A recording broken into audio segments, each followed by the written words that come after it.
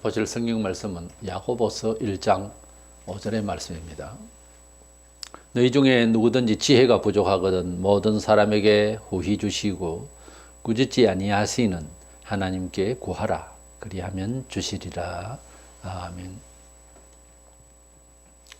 우리 신자들이 성경대로 산다고 하는 것은 하나님의 백성으로서 이 세상을 새롭게 하나님의 은혜로 살겠다는 것입니다.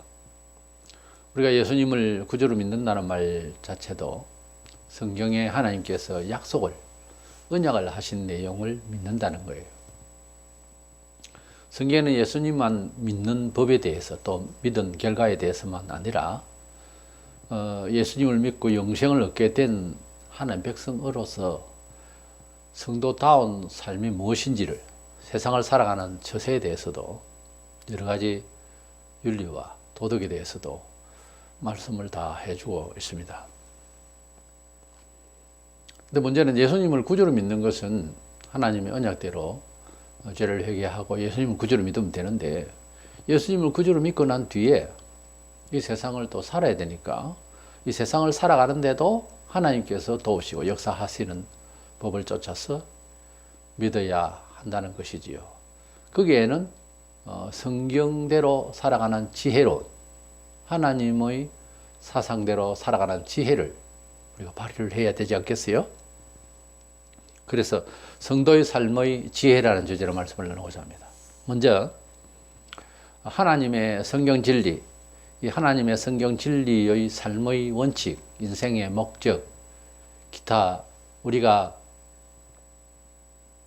가타부타 할 수 없는, 순종해야만 하고 그렇게 이해되어져서 살아야 하는 성경의 진리의 그 원칙과 우리가 이 진리대로 살아가는 그런 이 삶의 양식에 대해서, 그 응용하는 관계에 대해서 우리가 잘 알고 살아야 되겠습니다.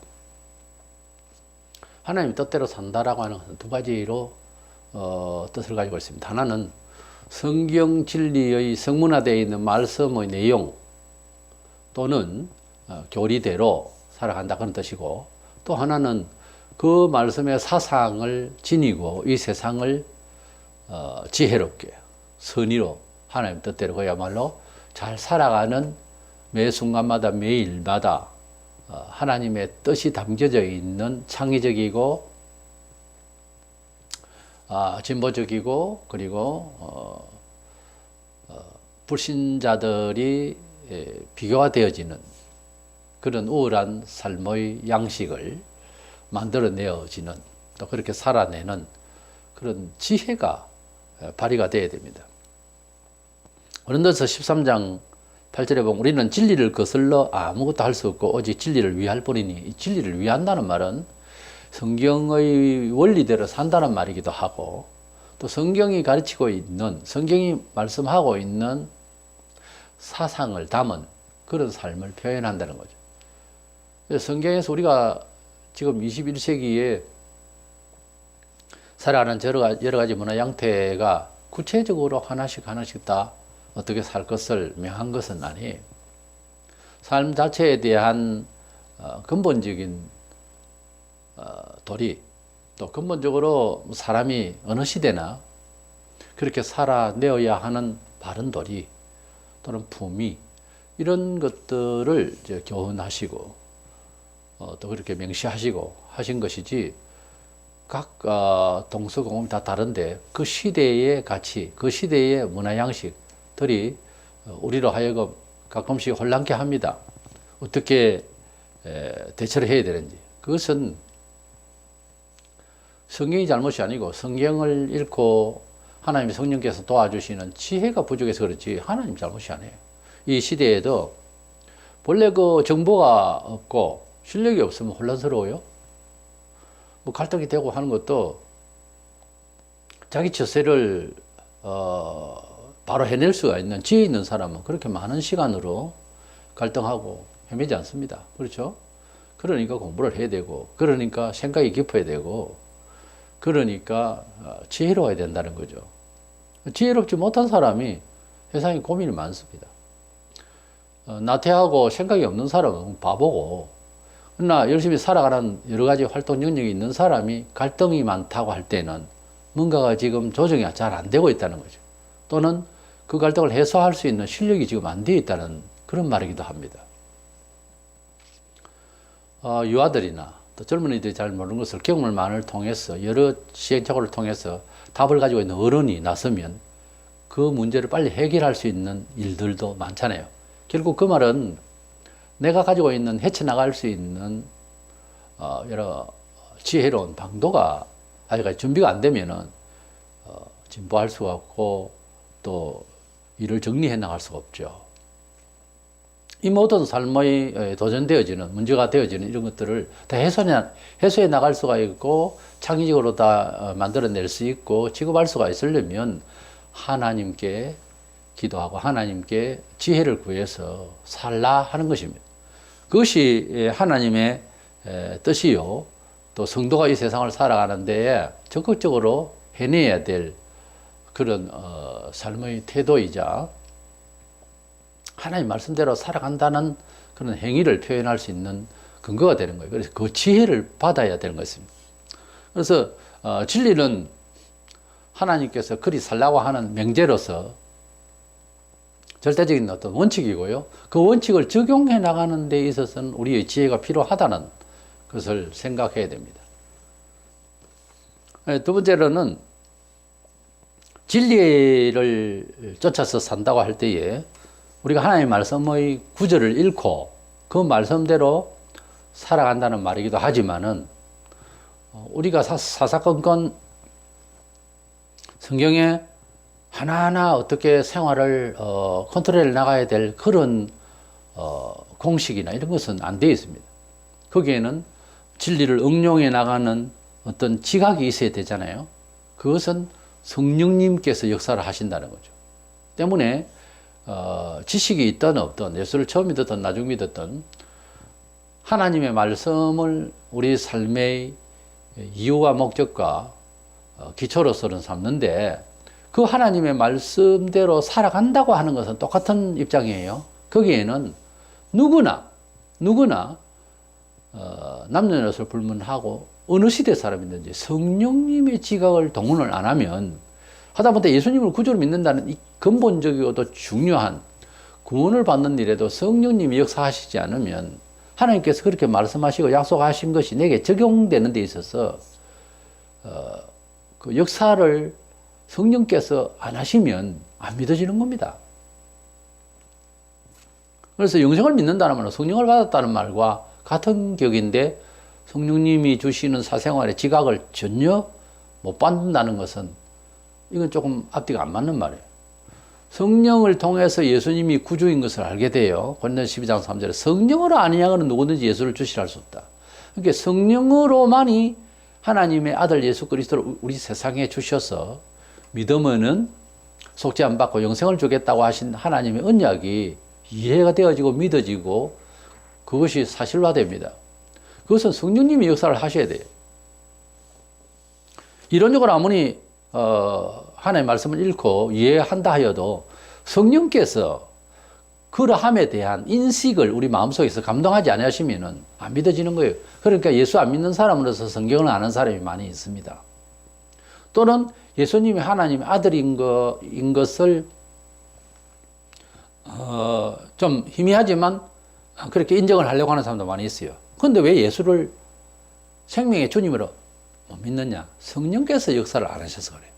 성령이 역사하시면은 예수님이 나의 인생에, 나의 생명의 주인 되심을 고백하게 되어 있습니다. 우리 신약의 성도들, 예수를 믿는 사람은 모두가 다 성령을 받았기 때문에 그때부터 시작해서 성령의 인도는 진리를 기초로 해서 지각을 주신다고 하죠. 이런저런 선택에 있어서 하나님의 선의의 뜻을 알게 하세요. 갈라디아 5장 16절에 성령을 따라 행하라고 했는데 성령의 인도를 받으라는 거예요. 성령은 삼위일체 하나님으로서 우리에게 영으로 오신 하나님이신데 그 성령님은 빛이신 예수님의 빛을 비춰주시고 성령님은 지혜를 우리에게 주셔서 진리를 어떻게 응용하면서 이 세상에서 진리대로 살 수 있는가 하는 지각을 주신다는 거죠. 성령은 진리 안에서 그의 사상대로 지혜롭게 하나님 뜻대로 살아갈 수 있도록 지각을 주시고 힘을 더하여 주시고 권능까지 입혀 주십니다.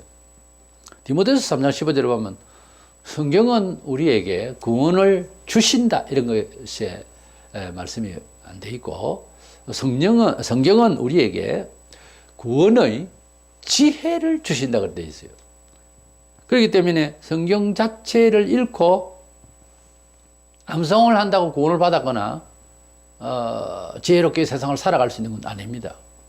하나님 말씀을 읽고 듣고 하는 가운데서 당장 오늘 현실에 적용이 될 일도 아닌 것 같아도 그것을 쭉 읽고 듣고 깊이 들어가면, 그러니까 성경에 깊이 연구가 되어지고 이해가 되어지고 하나님의 자녀로서의 긍지가 지녀지고 하면, 기도하고 이렇게 하다 보면 성경 말씀이 세상을 이기는 어떤 그 전쟁에서의 칼과 같은, 그래서 이 세상을 이길 수 있는 처세의 힘이 되는 묘한 지혜의 능력을 깨닫게 하십니다.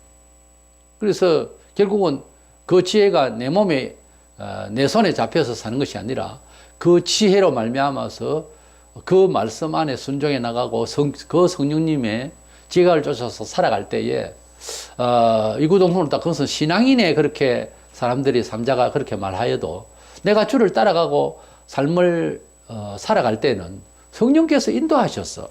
빛을 비추어서 그냥 따라가기만 하는 것 같은 느낌으로도 세상을 이길 수 있는 이상한 권능 안에 들어가게 되는 거예요. 그러니까 예수 믿으면서 이중 삼중으로 고통을 받고 뭐 예수의 사상으로 살라니까 힘들다, 마구 그렇게만 말하거나 또 그렇게 되어지는 것이 아니라 성령께서 함께 하시면 세상을 이긴다고 하는 차원에서 승리의 마음이 들어요. 넉넉하게 이길 수 있다 이런 겁니다. 게임을 하다 보면 훨씬 수준이 높은 사람이 수준 많이 낮은 사람과 게임을 한다고 할 때 누가 불안하겠어요? 그 충분히 이길 수 있는 사람은 가르쳐가면서 놀려가면서도 이렇게 재미나게 할 수도 있어요, 상대를. 그것은 성령께서 우리에게 감화 감동하시면은 우리가 개인적으로들 해내야 될 일 정도만은 넉넉하게 이기는 마음으로 일해 나갈 수 있어야 된다는 거죠. 그게 정상인 거예요. 근데 일일이 힘들고 일일이 힘겹고 맨날 사고가 나고 맨날 착오만 하고 그런다면 그것이 수년 되어지고 계속 그렇게 되어버리면은 좀 문제가 생기겠죠. 이 본문에서 누구든 지혜가 부족하거든, 모두가 지혜가 부족하다 이 말이죠. 지혜가 부족하거든 모든 사람에게 후히 주시고 꾸짖지 아니하시는 하나님께 구하라. 하나님께서는 후히 주신다. 우리를 하나님께서는 당신의 자녀답게 살 수 있도록 풍성한 지각을, 지혜를 주셔서 살 수 있도록 하신다. 그래서 성령의 지각을 얻으라는 겁니다. 우리가 진리대로 살라, 하나님의 말씀대로 순종하라 수없이 듣고 또 성경은 그렇게 말씀하고 있습니다.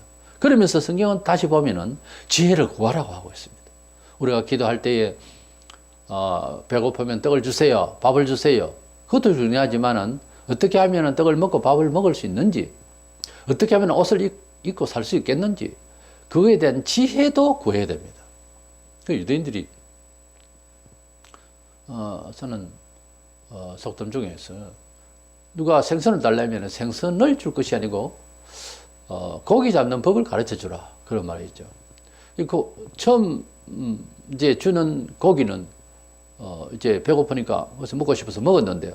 그 다음 또 얻어 먹어야 되잖아요. 그러나 고기 잡는 법을 배웠으면 자기가 친히 또 바다에 가서 약간의 수고가 따르지만 고기 잡는 재미도 있고 또 만족도가 있고 해서 보람 있게 자기가 또 먹을 수 있죠. 계속해서 고기를 잡아 먹을 수 있다. 그러나 고기를 잡을 줄 모르면 계속 얻어 먹어야 하니까 이건 안 되는 거죠. 한계가 있고.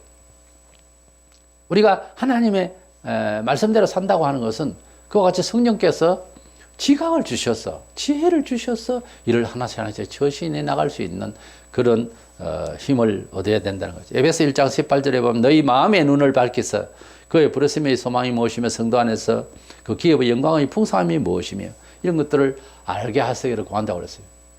바울은 에베소 교인들에게 마음의 눈에 대해서 말씀하고 있습니다. 성경을 압니다. 그들이 교리를 얘기할 수 있어요. 그러나 하나님께서 그 지각을 주셔서 살 수 있도록 마음의 눈을 열도록 그렇게 간구하고 있습니다. 이래서 성경을 알아도 성령님의 그 세상을 이기게 하는 매 순간에 매 일마다 이거 처리해 나가는 그런 지각이 없으면은 복음대로 산다는 것도 또 하나의 율법이 될 수가 있어요. 교회 안 나가면 안 된다든지. 뭐 이런 쪽으로만 사람이 억지로 또 부담감을 가지고 그렇게 살아가는 것은 성경이 말하고 있는 성경대로의 삶이 아닙니다. 그렇게 살면은 얼마나 힘들어요. 그런데 지혜를 주시면 오늘 교회 가는 것이 내게 큰 유익이 되면 이렇게 설명이 되어져야 돼요. 공부를 하는 것도 자기가 공부를 해서 좋을 수밖에 없는 이유가 가득하면 공부가 즐겁고 힘들고 고달파도 목적이 선하니까 그래서 기대치가 많아지죠. 그래서 열심히 이제 하게 되는데 목적이 희미하게 되면은 공부를 하다가도 하가 뭐 하겠냐. 외국어도 마찬가지.